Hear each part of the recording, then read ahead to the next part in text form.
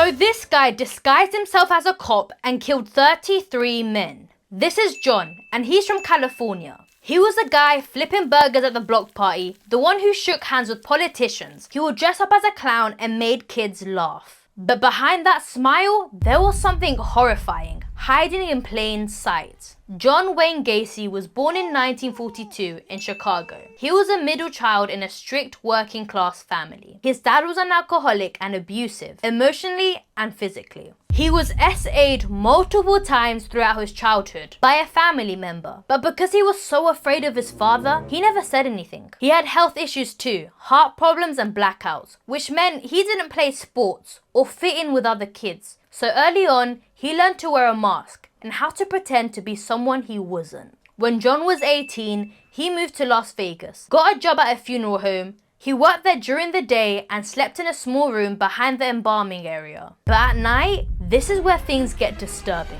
He would open the coffins and actually climb in with the corpses. He'd lie there cuddling the dead bodies like it brought him some kind of twisted comfort. Even John knew something wasn't right. That moment freaked him out so much, he left Las Vegas and moved back home to Chicago. Like he was trying to bury that part of himself. He went to business college and graduates. By the time he was 22, he got married to a woman named Marilyn and moved to Waterloo, Iowa. They had 2 children. From the outside, everything seemed stable. He was managing KFC restaurants for his father-in-law, helping at a local youth center and organizing big events. People thought he was friendly, hardworking and dependable. But in 1968, John was arrested for SAing a boy.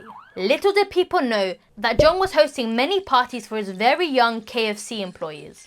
They would go over, think, oh my god, John is super cool because he's given them alcohol. He would get them really drunk and take advantage of them. And one day, he invites a 15-year-old boy to his house, and his name is Donald. John lets him watch Corn and gives him alcohol, and then tells Donald that he needs to sleep with a man before sleeping with a woman. And obviously, the kid's 15 and under the influence, so he does what he says. John did this a few times to other boys. He would lure them into his house and he would tell them to participate in what he called social experiments for scientific research. Like he worked in KFC. What's he got to do with science? But no one spoke up because they were too embarrassed to say that they were fondled by another man. Except for Donald. He told his dad, and his dad actually worked closely with John, so he was furious and went straight to the cops. And John is charged with oral sodomy and sentenced to 10 years in prison.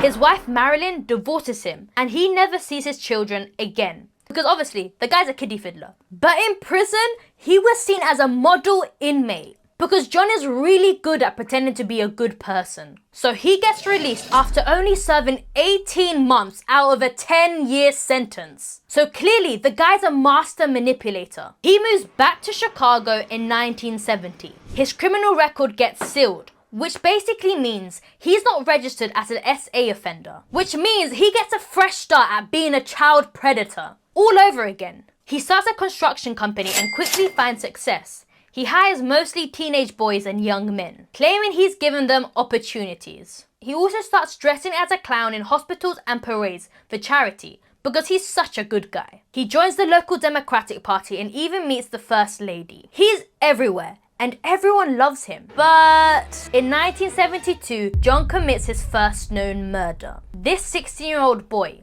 Timothy. One day, Timothy was waiting for his bus and he came across John. John offers Timothy a job and lures him into his house and then drugged and raped him. When Timothy wakes up, he grabs a knife and threatens John with it. But John immediately kicks him to the ground, grabs the knife and stabs him in the chest until he eventually dies. He then buries him in a crawl space underneath his home. And that's when John realizes that he really likes to kill. And so he keeps going. John didn't just lure victims with job offers. Sometimes he pretended to be a cop.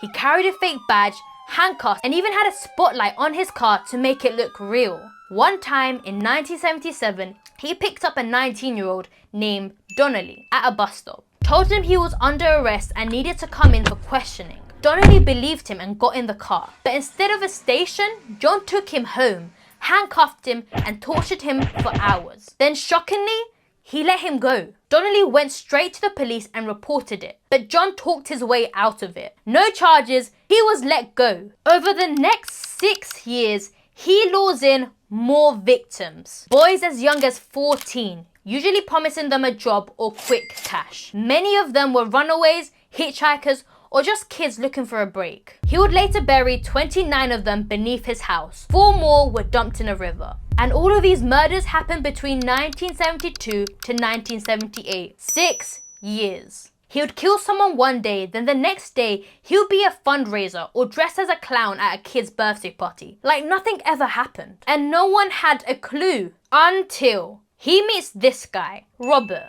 One day, Robert drives with his mum to a pharmacy. Robert goes inside the pharmacy and his mum waits in the car. That's when Robert meets John. John tells him he's got a job for him at a construction company and he's offering $5 an hour, which would be around $24 today. That's a lot of money for a 15-year-old. So Robert gets excited. He runs out to the car, tells his mum to wait just a few minutes because he's talking to a contractor about a work. But Robert never comes back. His family knows he wouldn't just run away, so they immediately call the cops. The cops quickly found out that the last person to see Donnelly was John Wayne. They get a search warrant for John's house, and when they show up to his house, there's an awful smell coming from the crawl space. And John was like, oh, that's just mold. They also find a receipt belonging to Donnelly and a lot of licenses that didn't belong to John, but this wasn't enough evidence to arrest him. So they put John under constant surveillance. And this really put John on edge. So he starts drinking heavily and starts confessing everything to his friends. And eventually, he straight up confessed to the cops and told them,